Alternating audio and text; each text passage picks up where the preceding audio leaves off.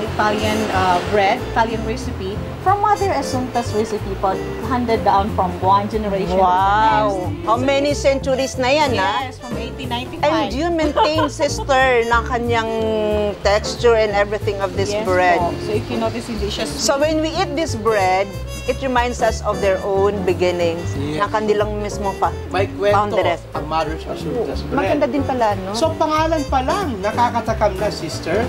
Mabuhay, Pilipinas, and hello to the rest of the world.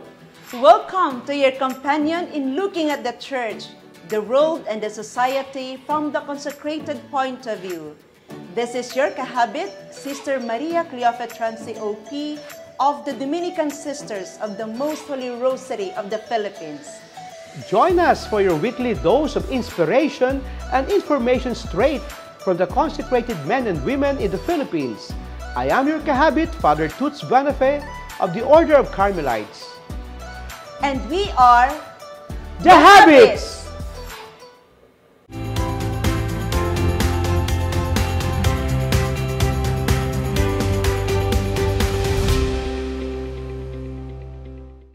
Ayan, mga kahabits at kahabit, Sister Cleofe. Good day, Father Toots. Good day. Sister, yung last week, nandun tayo sa mga Escalabrinian Sisters. Sunray Cafe. po Sunray nila. Cafe, no? At nabisita natin yung kanilang community. Ano yung pinaka hindi mo malimutan? Ay nako, of course, ang pagkain nila. Okay. Diba? Yung Assunta's bread nila, kapatid. Yes, oo. Kasi it speaks of their own history. At saka yung humble beginning po ng Sunray Cafe. Imagine ha, nag-close ang ibang mga kainan during ng pandemic. Correct, Sila yeah. ang nag-open. Just to Nag-open. cater po ng needs ng sitwasyon. Correct. Tapos, Sister, ang ganda ng ang inspirasyon nila kasi ang Escalabrinians ay nasa pastoral care of the migrants. Yes, At oo. you remember yung sa garden tayo nila, ang ganda ng garden nila ha. Tapos my Holy Family, the flight to Egypt, migration Ang ganda ng yun, concept migrants. nila, Oh, iba-iba. talaga. Tapos alam naman natin kapatid, ang mga migrants ngayon ay yung diaspora na sinasabi. Kaya believe ako sa mga Scalabrinian sisters sa kanilang dedication sa ministry. It was really very challenging Yes, ministry po oo. talaga. Talagang hanga ako sa mga Scalabrinian sisters na mga Correct, kapatid po oo. natin. Alam ko nanonood ngayon ng mga... Yes, oo. Hello po, sister. At, Thank you at- for accommodating us po. At ito ang maganda sa Consecrated Life, kapatid. Napaka-rich ng ating charism sa simbahan.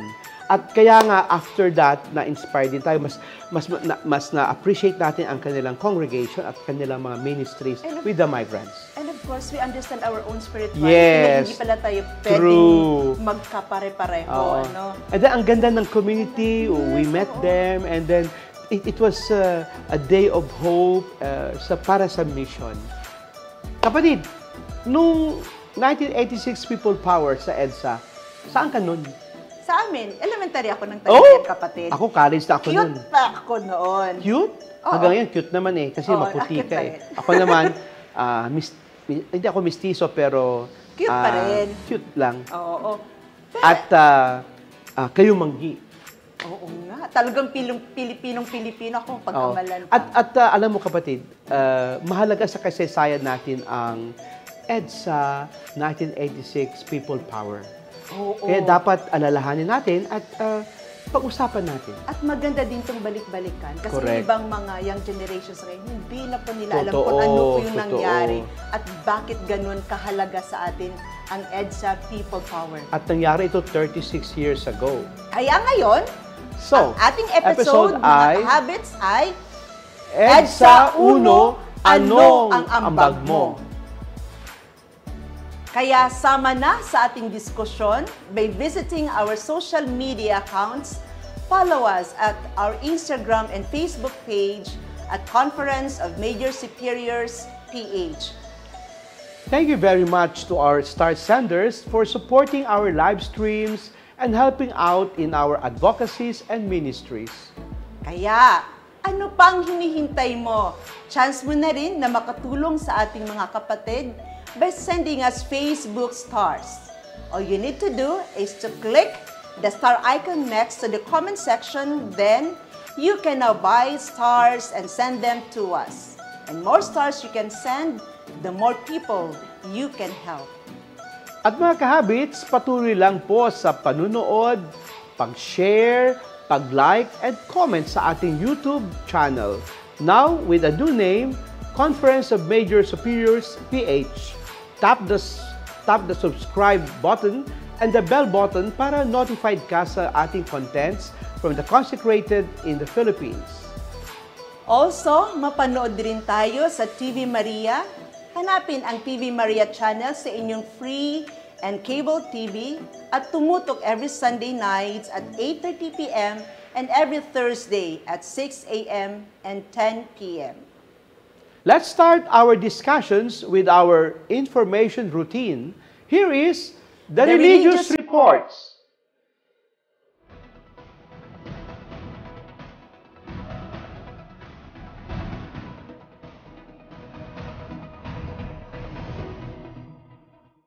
Leading our stories today on the Religious Reports. AMRSP is now CMSP. AMRSP officially renames itself to Conference of Major Superiors in the Philippines, as the Securities and Exchange Commission, SEC, has finally approved the application of the association to change its name on Monday, February 14, 2022, and release the official certificate of registration on Friday, February 18, 2022. The decision to be renamed as CMSP was voted by the association's member congregations during its first online joint biennial convention held last 28 to 30 April 2021, born from the desire to use the more inclusive term consecrated persons in place of the limiting term religious, in line with the norms under the 1983 Code of Canon Law. This renewal process will also entail the merger of the two constituting associations of AMRSP, the Association of Major Religious Superiors of Men in the Philippines, or AMRSMP, and the Association of Major Religious Superiors of Women in the Philippines, or AMRSWP. The CMSP membership is presently composed of 362 religious institutes, societies of apostolic life, secular institutes out of 453 religious and secular institutes in the Philippines, representing 80% of the total institutes present in the country. Congratulations to the whole consecrated life in the Philippines. More reports from the consecrated in the Philippines.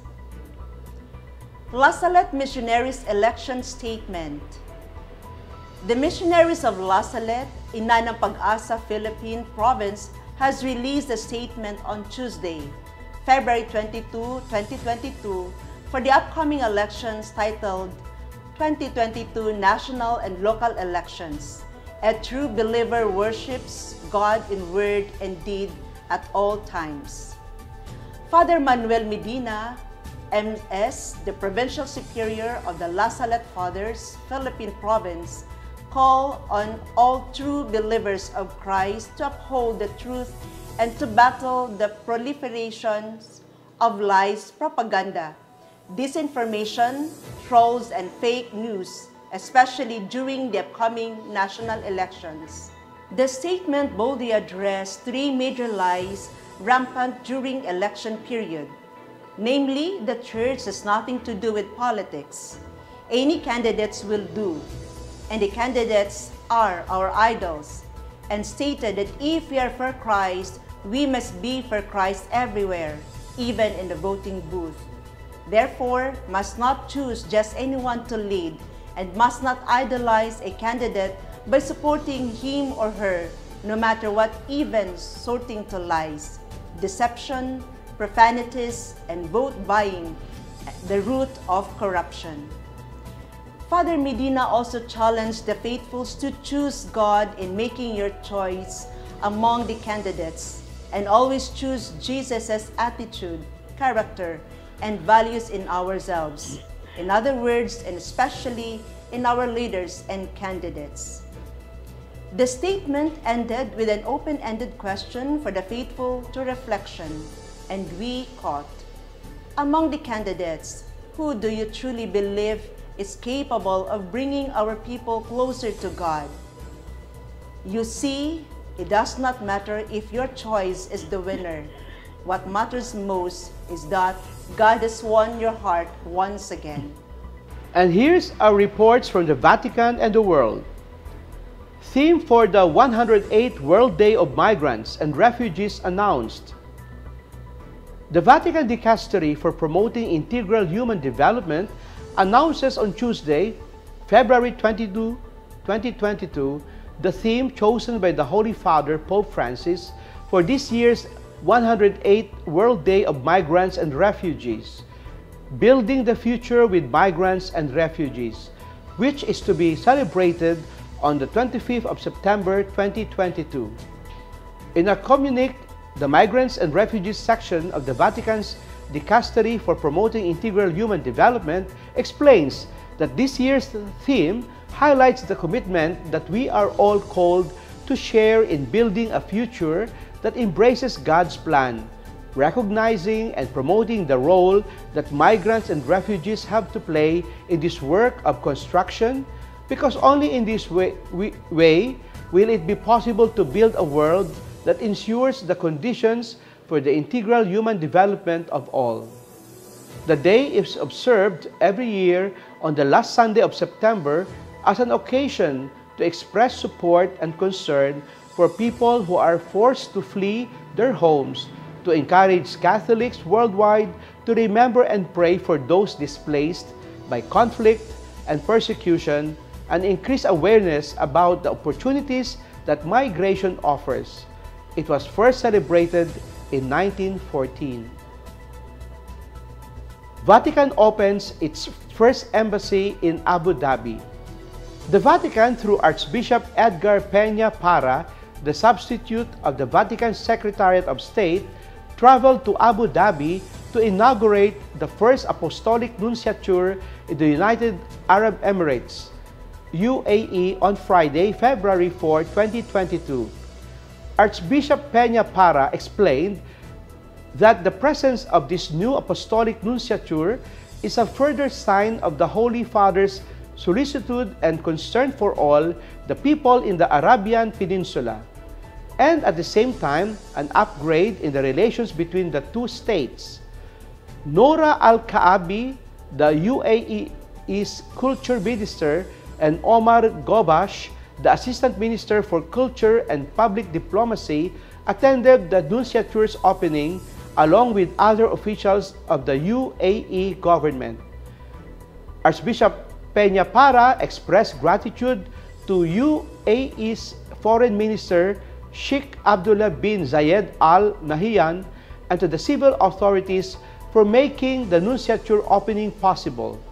The Apostolic Nunciature in Abu Dhabi opened on the 3rd anniversary of the Document on Human Fraternity for World Peace and Living Together, which Pope Francis signed with Ahmed El Tayeb, Grand Imam of Al-Azhar, during an interreligious meeting in Abu Dhabi on February 4, 2019. From the Universal Church, we move to the reports from the local church. Caritas Philippines vows to remain non-partisan during polls, but never neutral. Bishop Jose Colin Bagaforo of Kidapawan, the National Director of Catholic Bishops' Conference of the Philippines, National Secretariat for Social Action, Justice and Peace, or NASA Caritas Philippines, stated that it will not endorse any candidate in the coming national elections, but it does not mean that it will turn a blind eye to social justice.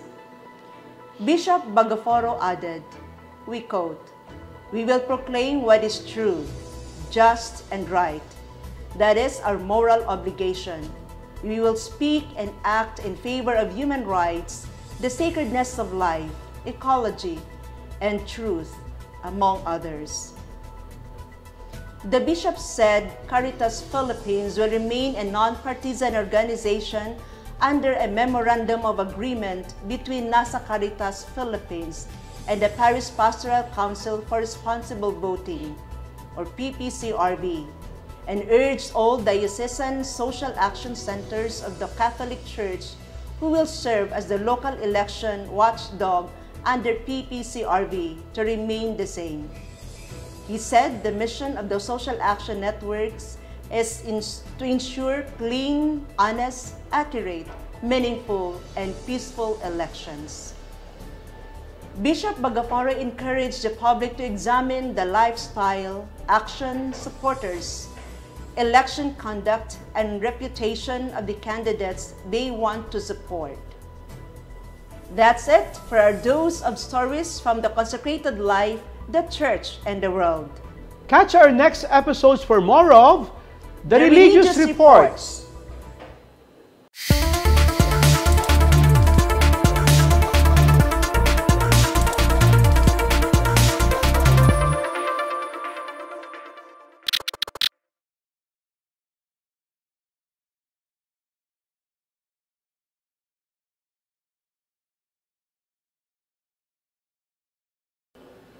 Tatlumput-anim na taon na ang nakalipas mula nang magsama-sama ang mga Pilipino sa kahabaan ng Epifanio de los Santos Avenue upang mapayapang magprotesta laban sa Pangulong Diktador na si Ferdinand Edrelin Marcos at tutulan ang umiiral na martial law.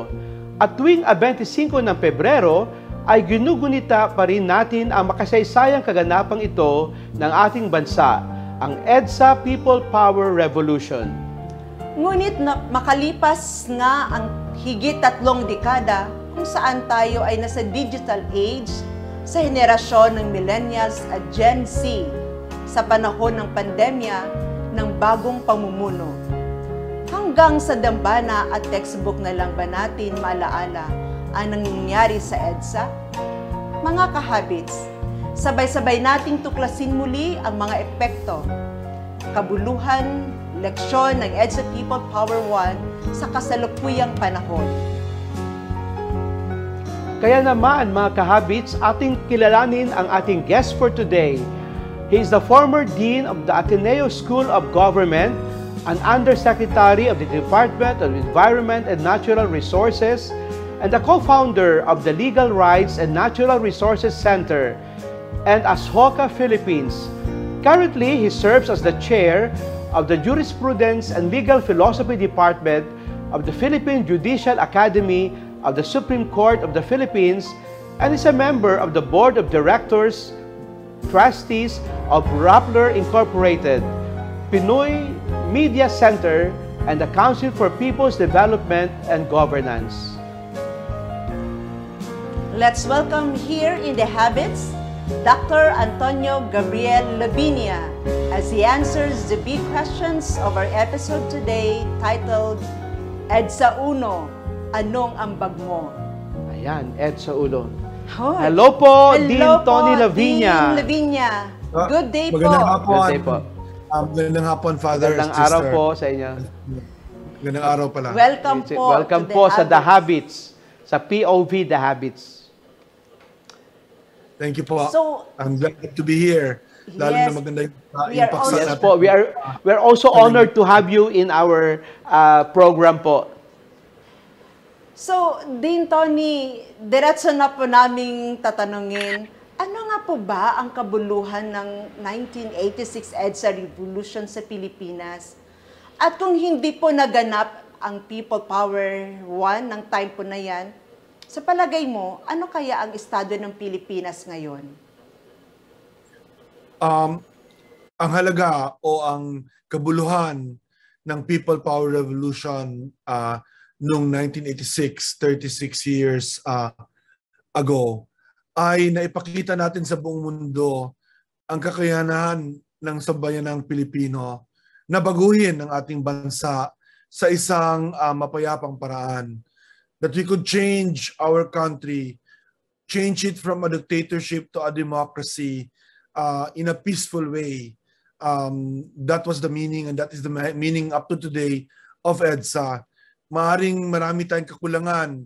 We have many faults as a people, but we are able to actually change this country for the better in a peaceful way.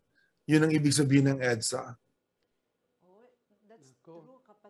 Kasi talaga maraming mga bansa na humanga sa atin ng time na yun. Correct, As I could remember, I was still too young that time. Sister Cleofe, anong edad ka nun? Basta elementary Basta ako. nasa elementary.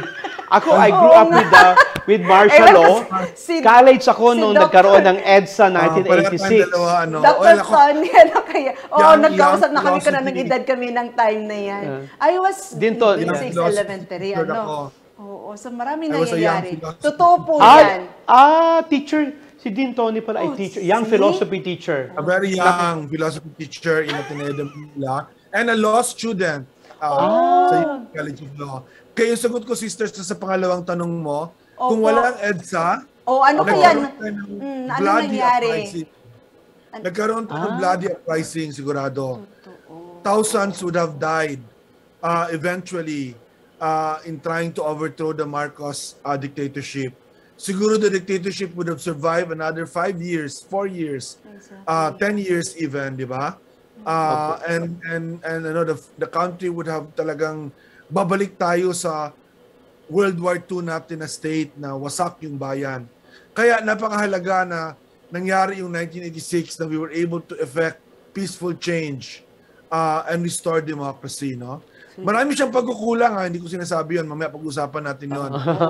We solve lahat ng problema. But that was a good moment, a shining moment for the Philippines and for the Filipino people and for the Catholic Church. Kasi, totoo lang, hindi mangyari yung EDSA kung wala si Cardinal Sin. Hindi nangyari yung EDSA kung wala yung mga madre na humarap sa mga tangke dun sa EDSA. At yung mga pare na at seminarista na nakipagkapit-bisig sa mga aktivista at sa mga ordinaryong tao para protektahan yung mga nasa Krame at nasa Aguinaldo sa mga araw na yon. Din Tony, follow up lang po. May mga taong nagsasabi na ang EDSA daw ay awayang pamilya lang ng Marcos at Aquino. Mukhang at marami naniniwala na parang it's just a feud between two families. Pero pag nakikita mo ang mga photos ng EDSA, hindi.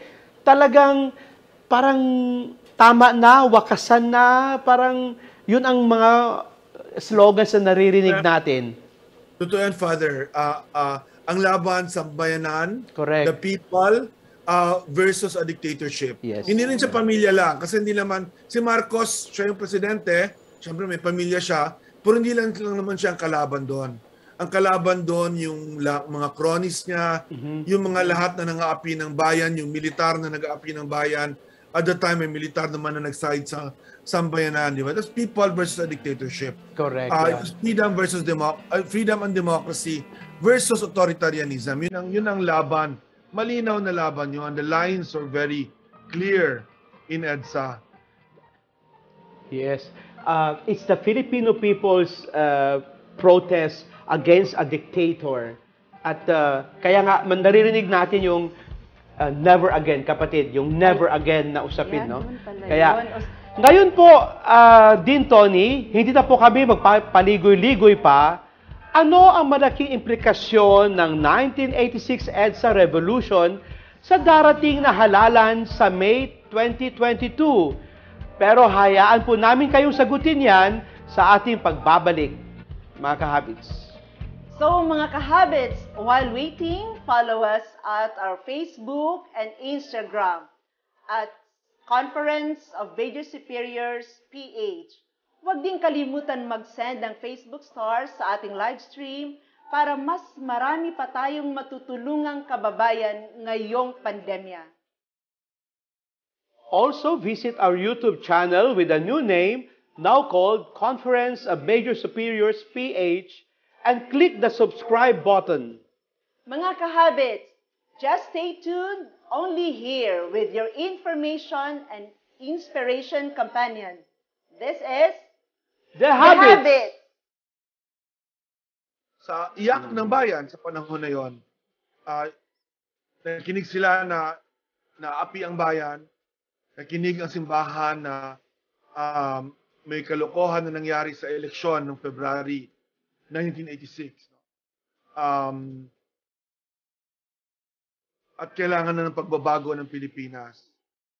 And that's why si Cardinal Sin went out of his way nung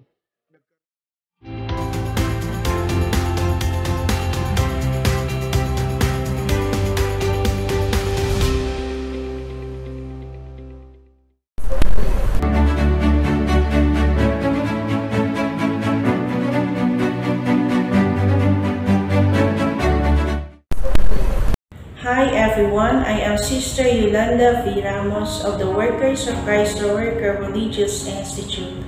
I am now 22 years as professed sister.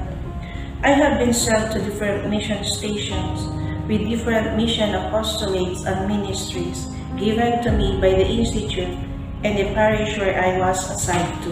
In my fifth year as religious missionary here in Mindanao, the General Council sent me to do mission with our least brothers and sisters, especially for the care of the children, at the Archdiocesan Nourishment Center near the sanitary landfill or downside area of Davao City.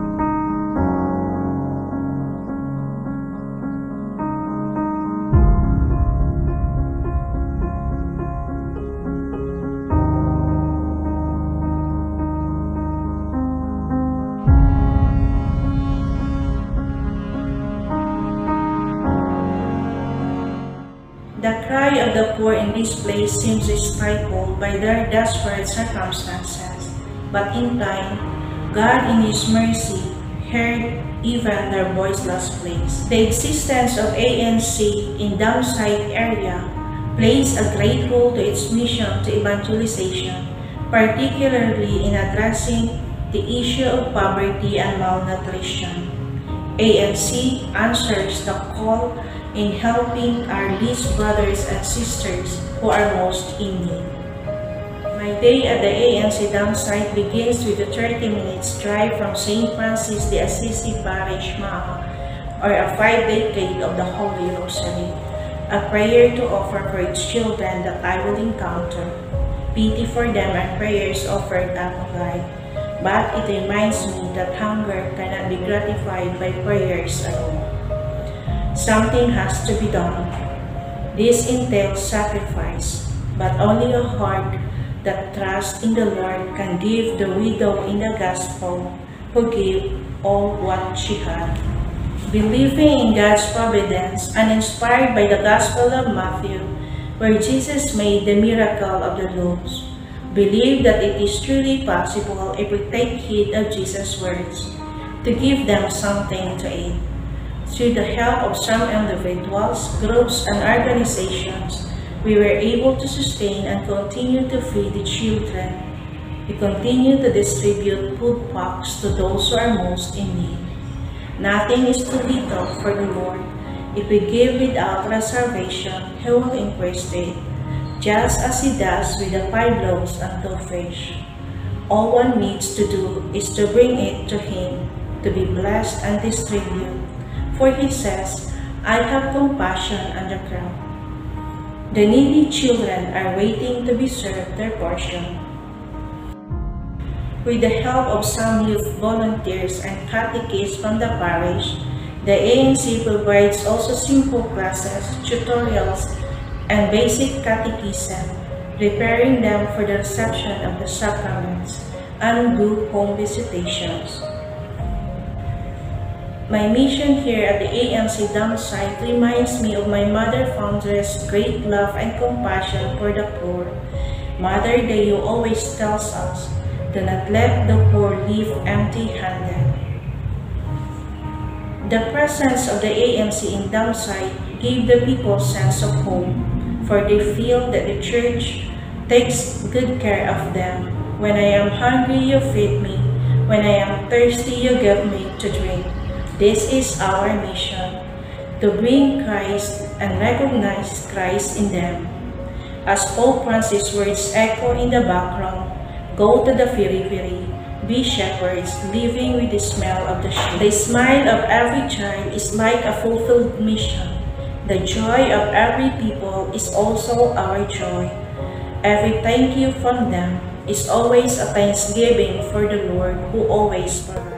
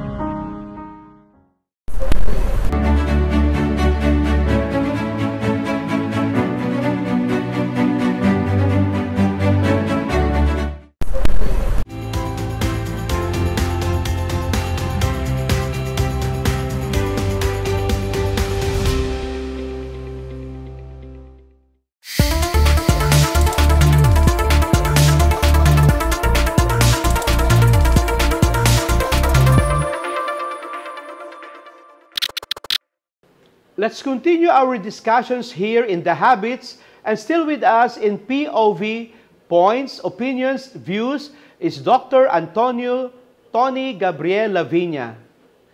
Din Tony, in connection doon sa una naming tanong sa inyo before the break, we wanted to know bakit kaya some Filipinos have a strong opinion that the 1986 EDSA revolution is irrelevant daw. They claim na wala na itong saysay at wika nga na iba, mas nakakapinsala pa daw sa pag-unlad ng ating bansa. Dahil yan sa pagpapalaganap ng fake news, ng tinatawag natin historical revisionism, lalo na sa social media. That's unfortunate. And ano yan, hindi yan accidental. Designed talaga yan by people, malicious people who want to change history. Diba? The perception of history. Ang talagang ginastusan nila yan. Unfortunately, yung ating lipunan, kasama na yung ating mga schools. Unfortunately, kasama ating mga Catholic schools. No? Hindi nila binantayan kung paano ituro ang kasaysayan sa Pilipinas. We didn't pay attention to that, di ba? So a false history ang nabigay sa mga tao, lalo na through social media nga, and even through textbooks. May mga textbooks na grabe, pinupuri si Marcos at hindi binabanggit na ang dami niyang pinatay, daming human rights violations, ang daming corruption. So that's really a product of society's failure, no? Nakakalungkot, but kailangan natin siyang i-correct in the years to come. Nakakalungkot. Naku, yung historical revisionism, yung binabago yung history. Pagbabago, historical distortion. Din, Tony, naririnig namin yan, no, sa mga kabataan na meron pa yung magsasabi na, ay, drama lang naman yung EDSA. Bakit naging drama yun na nagpapakita ako ng mga pictures, I asked them to watch, Sister Cleofe, yung mga documentaries. Tapos sasabihin nila na, hindi naman yan totoo. Tama ka din, Tony, talagang malicious people who would want to make a new narrative out of self-interest, diba? Ang tawag natin doon, self-interested na ano. Parang si ano ngayon, di ba, si President Putin ng Russia saying na Ukraine never existed historically. Fake news yon, hindi yung totoo, di ba? But he can get away with this, di ba? Because sa paulit-ulit lang niya dahil napaka-powerful nila sa social media at sa internet. So, kailangan natin siya labanin yung disinformation. We always have to fight back against disinformation. Hindi na kulang natin, ano? Kasi kaya di ba may mga ano din ngayon, mga digital warriors, yung fact check nila, na kung mali ang narrative, mali ang sinasabi, Sister Cleofe, dapat i-correct natin, huwag nating hayaan. Sabi nga ni Din Tony, parang part din tayo sa ano na hindi natin sa sitwasyon na hindi natin tinuro yung tamang kasaysayan sa ating mga school, sa ating mga simbahan, mga discussions. Kakalungkot. Tapos ang mga young generations ngayon, tutok talaga sa social Pero, media. it's not too late. It's not too late. Yeah, exactly. Hindi pa talaga late. Even in these elections, kasi may anak ni Marcos, si Bongbong Marcos tumatakbo, mukhang leading candidate siya. We can raise these issues and we can correct this impression about history. Yun na So siguro, let us help the Filipinos today know more what happened 36 years ago. Din, Tony, marami pong nanonood sa atin ngayong mga active lay Catholics and consecrated persons as well. And alam naman po natin na naging aktibo ang MRSP at ngayon po ay CMSP na at ang mga obispo sa panahon ng martial law. Kaya I want to ask, sa anong paraan nakatulong ang mga pare at madre at ang lokal na simbahan para mawakasan ang martial law at maibalik ang demokrasya at kalayaan? Sa anong paraan ng maimpluwensyahan ng MRSP or CMSP, mga relihiyoso at taong simbahan ang EDSA People Power 1? Napakahalaga ng role ng church, no? Tulad ng sinabi ko, walang EDSA 1 kung walang Catholic Church. Walang EDSA 1 kung wala si Cardinal Sin, kung wala yung mga madre, mga pari, mga seminarista. Pero alam mo, napakahalaga din na nakinig sila sa sigaw ng bayan, no? Sa iyak ng bayan sa panahon na yon. Nakinig sila na naapi ang bayan, nakinig ang simbahan na may kalokohan na nangyari sa eleksyon noong February 1986, no? At kailangan na ng pagbabago ng Pilipinas. And that's why si Cardinal Sin went out of his way nung nagkaroon ng that would be today kasi 23 yung nag-start. So tonight itong anniversary 36 years ago today na nagkaroon ng mutiny, ng uprising yung si Secretary Enrile at si General Ramos and asked for help. And it's on this night today that si Cardinal Sin went on air sa Radio Veritas, called everyone to go to Krame and to Aguinaldo to protect those brave soldiers and those that have rose up against Marcos, no? Napakahalaga ng tawag na yon. Yung mga madre na contemplative, sinabi niya, magdasal kayo, you go now to your altars, di ba? And pray unceasingly without stop for a peaceful resolution, but a just resolution. So lahat-lahat tayo may papel dito, di ba? Lahat-lahat tayo may papel. Tulad ng darating na eleksyon, di ba? I mean, different parts of the church will have different roles, no? Yung lately, tulad sa akin, napakahalaga na we go out there and di ba, and lead our fellow Catholics to the right set of candidates, di ba? I think everyone has the right, religious, priests, bishops, to state their own political preferences kasi citizens naman tayong lahat. So importante din yon, di ba? Of course, the Catholic Church as Catholic Church doesn't do that kasi principle based siya, based siya on nag-guide lang siya sa voters, but I think individual bishops, priests, nuns, religious can do that and should do that to guide the people that look up to them. Yeah.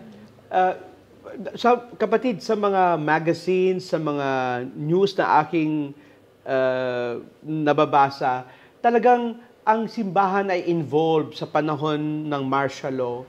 Ang mga mission partners ng AMRSP tumutulong sa mga political prisoners, detainees, sa mga urban poor, sa mga farmers, sa mga trade unions, sa mga indigenous peoples.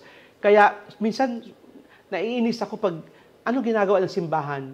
yun lang, hindi kasi tayo mahilig sa press conference. Tapos Hindi tayo mahilig sa media, i-cover. Pero yung sabi nga ni Dean Tony, na ang simbahan silently or openly din talaga, at sa EDSA nangyari yung dapat ito ang gagawin natin bilang mamamayan at Kristiyano.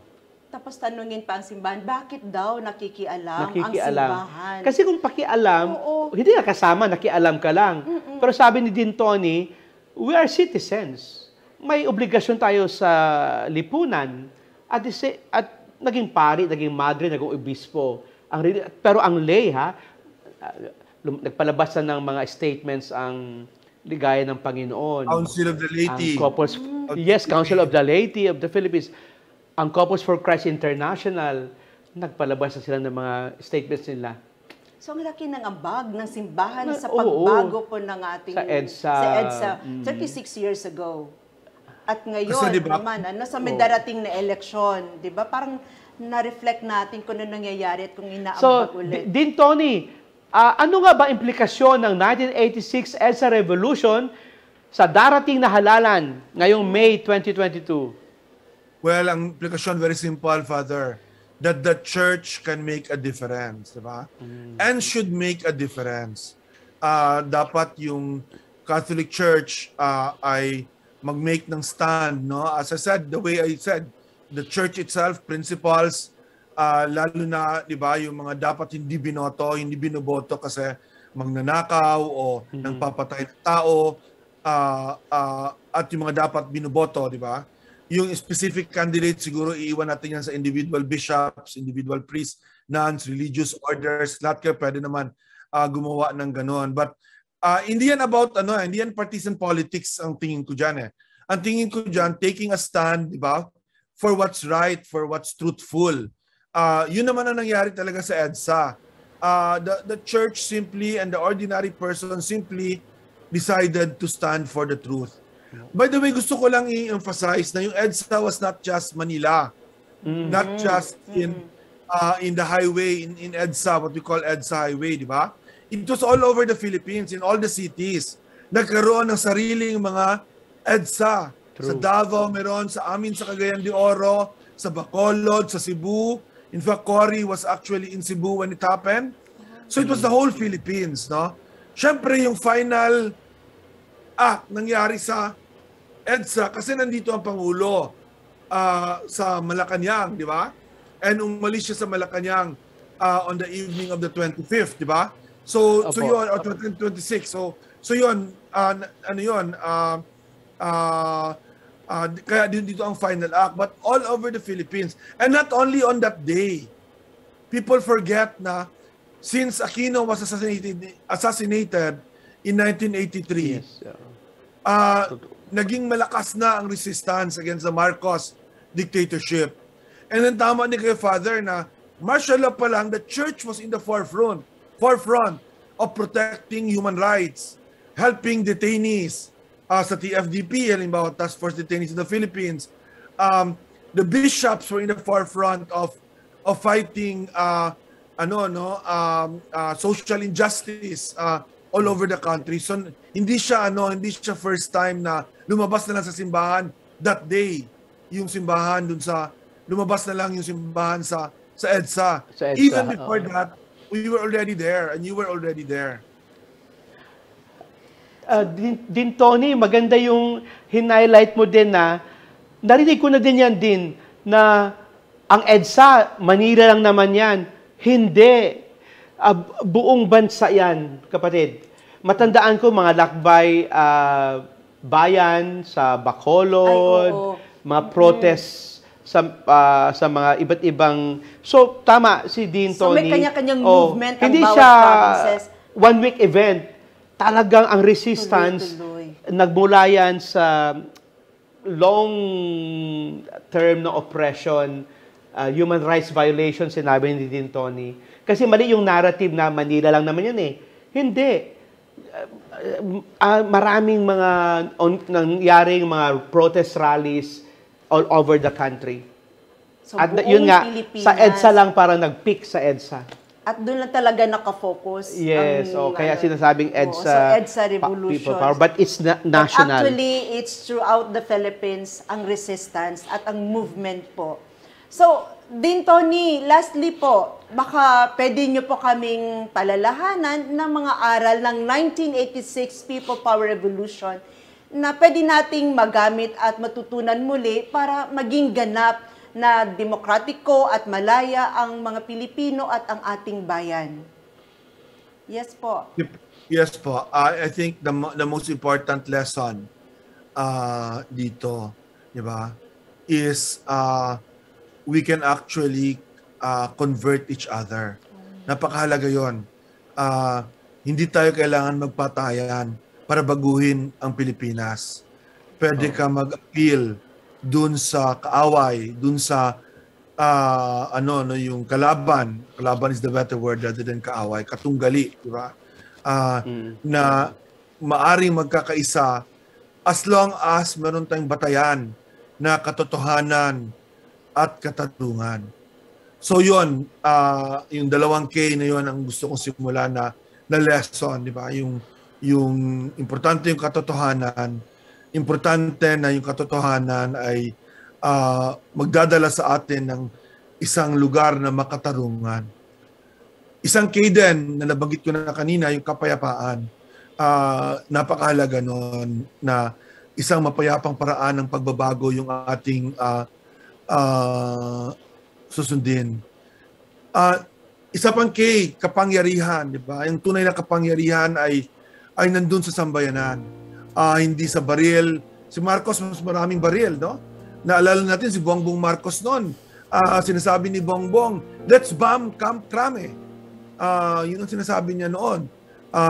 In EDSA, no? I mean, 1986. Pero hindi na naig ang makapangyarihan. Kasi ang tunay na kapangyarihan ay nandun sa sambayanan, no? So, alalahanin natin yung lahat ng mga K na yun kasi yun ang magdadala sa atin ng pang-5 K, yung kalayaan, katotohanan, katarungan, kapayapaan, tunay na kapangyarihan ay magdadala sa atin ng tunay na kalayaan. And that's what EDSA gave us. Kaya lang, hindi siya pwedeng one time lang. I think ang pagkakamali natin sa EDSA ay akala natin tapos na ang laban, di ba? Tapos na ang laban. Hindi siya, di ba, yung kaharian ng Panginoon, siguro pang-6 na K, kaharian, the kingdom of God, di ba? Yung kaharian ng Panginoon ay nililikha natin at kailangan likhain araw-araw, taon-taon sa kasaysayan ng ating bayan.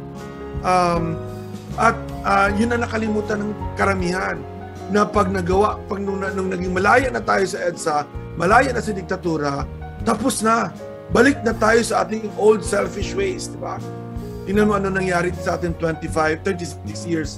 Later, nandito tayo sa panahon ngayon na maaring bumalik yung mga Marcos na walang, di ba, na walang katarungan na nangyayari, na hindi sa isang makatotoong paraan. At ang dahilan dahil nangyari yon ay nakalimutan natin na ang kaharian ng Diyos ay kailangan, di ba, nililikha araw-araw. Tinatawag tayong trabahuin yun araw-araw. At least habang buhay tayo, habang nandito sa isang mundo. So yun pala, anong din natin dapat kakalimutan, kapatid. Yung 5K Gusto plus ko isang yun. K pa. Gusto ko yun. Katotohanan, katarungan, kapayapaan. Hindi mo mangkin yung kapayapaan. kapangyarihan, Kapangyarihan nyo. kalayaan, at kaharian ng Diyos. Magandang mensahe talaga ito sa amin ng Dr. Tony. So, sana masusustain ito ng mga Pilipino. Oo. Ito yung natin, kakapitan natin, lalo na sa nito. Pero malapit na I like the Dean Tony. It's not too late. We have to be patient. We have to teach and share with the younger generation ang ating kasaysayan, no? Ang ating lahi, ating kasaysayan, at anong nangyari sa atin. Yun ang katotohanan na sinasabi niya. Ibalik ko na yung tamang history. Hindi siya distorted. Yes. Oo. Para ang information na tama ay maano din ng mga bata. Alam na din ng ganyan nang nangyayari. Yeah. Mga kahabits, Now, that is Dr. Antonio Tony Gabriel Lavinia. Wow! Napaka-timely at relevant ng ating pinag-usapan ngayong araw. At dahil po sa inyo yun, Dean Tony, Dr. Tony. Kaya maraming salamat po sa inyo. Sana magising muli ang diwa ng EDSA sa henerasyon ngayon at sa mga susunod pa. So, thank you very much, Dean Tony. Maraming salamat din. Hanggang sa muli po. Maraming salamat po. Mabuhay po kayo at ituloy po natin ang laban. Kapit-bisig pa rin Kapit-bisig tayo tayo. dito, Dr. Tony, simbahan at lahat po ng mga Yung 6 na mamayang case. Pilipino. Maraming salamat po. God bless po. God bless po. din sa ating lahat. Ayan, mga kahabits, at kahabit si Sir Cleofe, marami ako natutunan kay Dean Tony Lavinia. No? Ang magandang reminder para sa akin at siguro sa atin lahat mga kahabits na ikikwento natin kung ano ang tama, ano ang katotohanan.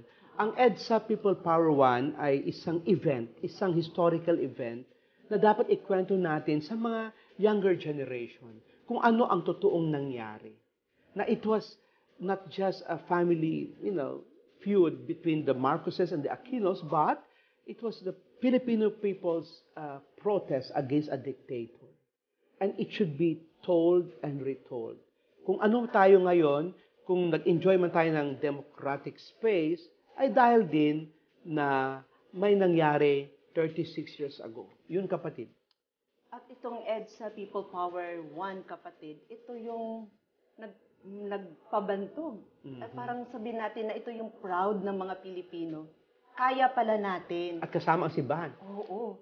Kaya pala natin Kaya isang natin. bagay kapag ang laban ay sama-samang pinaglalaban ng simbahan at ng buong Pilipino. Ang isa sa mga ko doon sa kay Dean Tony, ang talagang sinabi mo kanina ng katotohanan.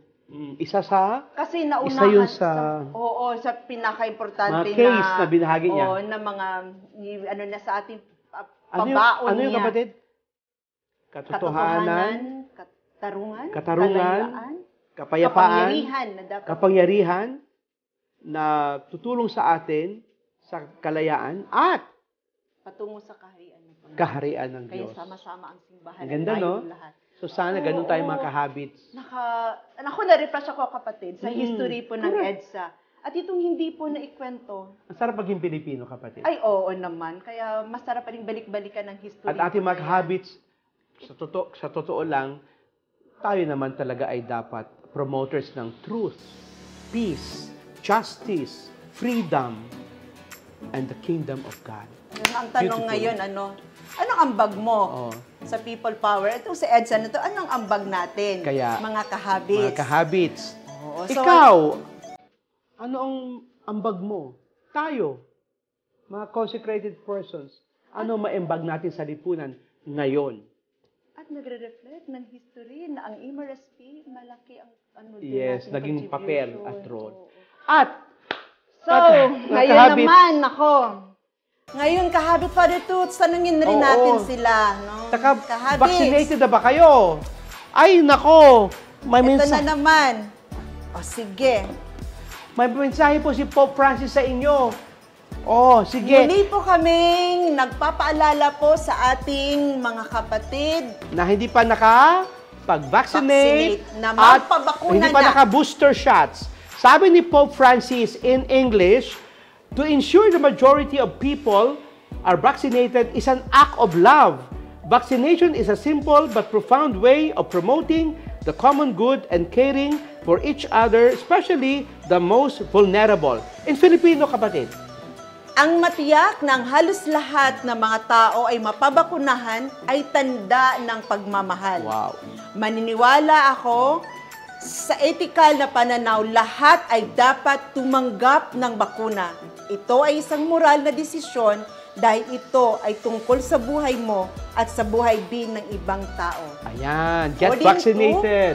Pope Francis. Pope Francis. At meron po tayong mga information educational kit na galing po sa Dicastery, kapatid, Dicastery for Promoting Integral Human Development sa Vatican po, especially galing sa COVID-19 Vatican Commission at ng CMSP. Ang bagong pangalan po ng AMRSP. Okay po ha? Sige. At of course, bago pong lahat kapatid, nais po nating magpasalamat po sa ISA, Sa Institute of Spirituality and Asia, ng mga Carmelite Fathers, partner ng CMSP. Yes. Salamat at maraming salamat po sa may ISA. Okay. So ngayon, ano na? Turn nyo na po na para i-share ninyo sa inyong social media accounts ang inyong points, opinions, and views sa ating episode today. I-share nyo na rin sa amin ang susunod nating tatalakayin dito sa The Habits POV. Just follow us at our Facebook and Instagram at Conference of Major Superiors PH. Also, don't forget to send more Facebook stars sa ating live stream para mas marami pa tayong matulungang kababayan ngayong pandemya. Mga kahabits, subscribe na on our YouTube channel, now with the new name, Conference of Major Superiors PH. Again, let us thank Dr. Antonio Tony Gabriel Lavinia for his points, opinions, and views. Mga kahabits, join us again as we explore the consecrated life, the church, the world, and the society. This has been your kahabit, Sister Maria Cleofe Transi OP of the Dominican Sisters of the Most Holy Rosary of the Philippines. Thank you very much, mga kahabits, for joining us on our weekly religious routine. I am your kahabit, Father Toots Banafe of the Order of Carmelites, signing off from your weekly inspiration and information companion. And we have been The Habits! Bye! Thank Ingat you po, mga God kahabits. bless sa lahat. Be safe po. Bawal Be safe. makasakit. God bless.